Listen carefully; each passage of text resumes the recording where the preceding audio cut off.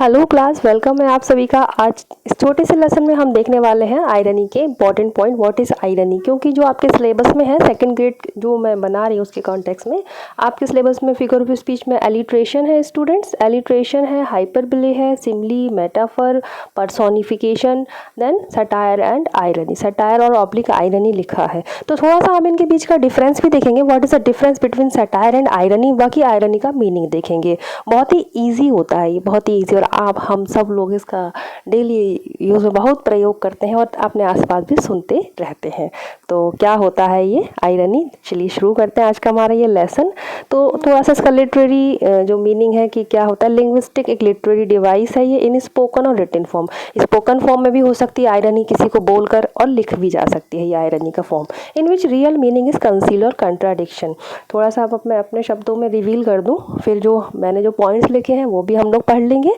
तो होता क्या है आयरनी में, बिल्कुल आराम से किसी किसी को जो हम लोग बोलते हैं ना ऑपोजिट वे में, सच बात को अपोजिट वे में बोलना, और उसको एक चीज़ का एहसास भी हो जाता है कि अगर वो ख़राब है तो आप उसको बोलोगे या you are great like this, और उसको पता चल जाएगा कि ये क्या कहना चाह रहे हैं एक्चुअल में। That is irony. और जिस तरह से लिखा ना स्पोक और रिटन, तो वही है कि लिखा भी जा सकता है इसको पोइट्री में, और जो न्यूज़पेपर में जो एडिटोरियल पेजेस होते हैं उसमें आयरनी का बहुत प्रयोग होता है। बहुत जो उछाला जाता है राजनीतिक मुद्दों को, इसी वे में तो उछाला जाता है, उसमें आयरनी ही सब बहुत ज़्यादा होती है, ठीक है। और स्पोकन वे में तो होती ही है। In which real meaning is concealed, real meaning तो छुपा हुआ होता है, कॉन्ट्राडिक्टेड होता है, मतलब थोड़ा उलझा हुआ होता है ऐसे। अब क्या है, ये आया कहाँ से ये term. The term irony has its roots in the Greek comic character iron.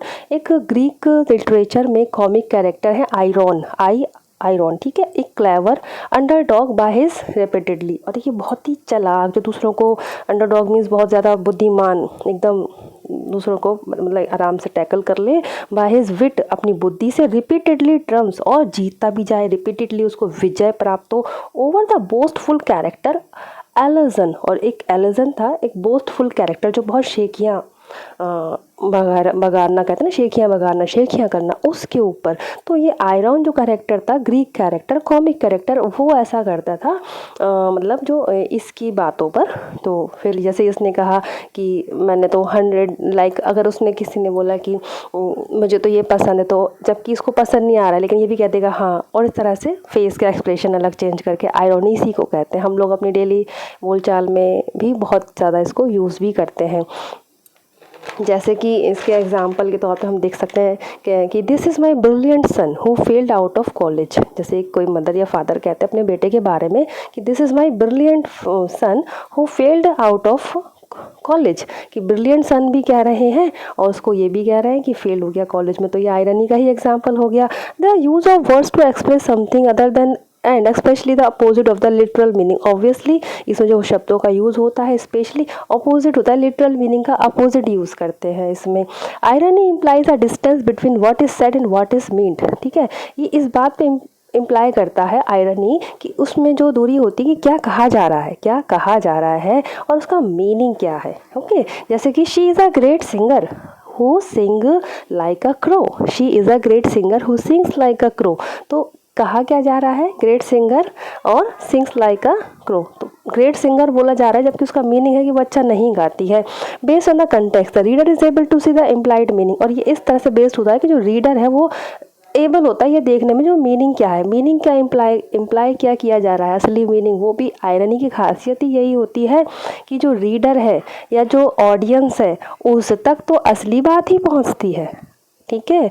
कोई बहुत ही जैसे कि बेकार सा व्यक्ति है, कोई बहुत ही बेकार कोई ड्रेस, कोई दो दोस्त हैं, एक दोस्त अपने दोस्त के लिए एक बहुत बेकार सी ड्रेस लाया, ठीक है, ड्रामा चल रहा है स्टेज पे या मूवी देख रहा, तो ड्रेस बुरी है, रीडर और ऑडियंस को भी दिख रहा है, और जो लाया है, अब जो जिसके लिए लाया ना वो उसको ऐसे बोलेगा वाओ व्हाट अ ग्रेट, बहुत प्यारी ड्रेस है और इसमें रीडर और ऑडियंस भी समझ जाएंगे कि ड्रेस अच्छी नहीं है। तो यही होता है कि बिल्कुल रीडर जो होते हैं वो एबल होते हैं इम्प्लाइड मीनिंग जानने के लिए, कि जो मीनिंग इम्प्लाई किया गया है ना, जो मीनिंग उसमें मेन रखा गया है वो पहुंचता है रीडर तक। Irony is the use of words to convey a meaning that is opposite of what is actually said. जो एक्चुअली कहा गया है ना, जो जो एक्चुअली कन्वे किया गया है उसका कन्वे किया गया है उसका अपोजिट बोला जाता है जो किया जाना है। जैसे कि ऐसा कहें, एक परिहास करना, मजाक करना, ऐसी बात कही जाए कि लगे मजाक हो रहा है, या ऐसा योक्ति जिसमें वो कही गई बात से उल्टा अर्थ निकले, इस तरह से लगे कि मजाक हो रहा है। जैसे कि आप ये फ़ोटो से ही आप समझ सकते हैं कि ये कुछ भोजन का सामान है जो इनके ऊपर गिर गया है, लेकिन कह क्या रही हैं, ग्रेट। और ग्रेट किस सेंस में यूज़ होता है, बहुत अच्छे सेंस में यूज़ होता है ना, बट हेयर खाना गिरने पर she is saying great like. तो ये आयरनी होता है स्टूडेंट्स। नेक्स्ट हम देखेंगे एक और एग्जाम्पल है कि बारिश हो जाती है, बुरा मौसम है, and what she saying here, इस बुरे मौसम में, what lovely weather we're having this week, कितना प्यारा इस वीक का कितना अच्छा वेदर है ये, ऐसे। अब जैसे मैंने आप लोगों को बताया था कि आयरनी और सरकाज़म या आयरनी और सटायर के बीच जो एक हमारा चलता है कन्फ्यूज़न कह लो, तो देखिए सटायर जो है ना, सटायर क्या होता है, एक फॉर्म होता है लिटरेचर का जिसमें कि व्यंग लिखे जाते हैं। सोशली भी होता है, ये पर्सनली भी होता है। सटायर के टाइप्स होते हैं ना, तो सोशल लेवल पर भी लिखा, सामाजिक स्तर पर भी न्यूज़पेपर में किसी बड़ी हस्ती के ऊपर एक सटायर व्यंग लिखा जाए, ठीक है, और तो उसमें आयरनी यूज़ होती है कि उनकी तारीफ़ कर रहे हैं लेकिन रीडर समझ जाएगा कि हाँ ये बुराई कर रहे हैं या फिर इनकी उतार रहे हैं, इनका असली रूप दिखा रहे हैं, तो वही होता है सटायर। तो सटायर में आयरनी का यूज़ होता है। और सरकाज़म, जैसे कि सरकाज़म की हिंदी होती है ताना मारना।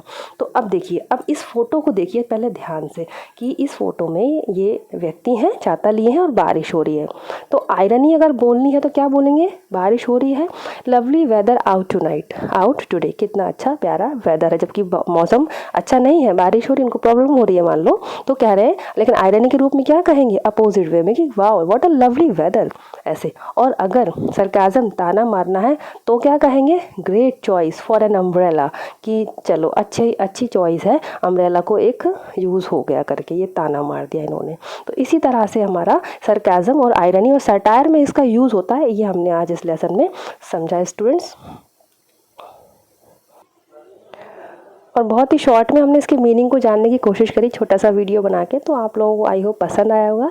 Thank you so much for watching this lesson, and आप सभी के एग्जामिनेशन के लिए, आप सभी की प्रिपरेशन के लिए good luck, best of luck, and I wish कि आप सभी बिल्कुल, आप लोगों की गवर्नमेंट जॉब लगे, आप लोग टीचर बने और अपने लक्ष्य को प्राप्त करें। Thank you so much for watching this lesson. खुश रहिए, पॉजिटिव रहिए, जय हिंद।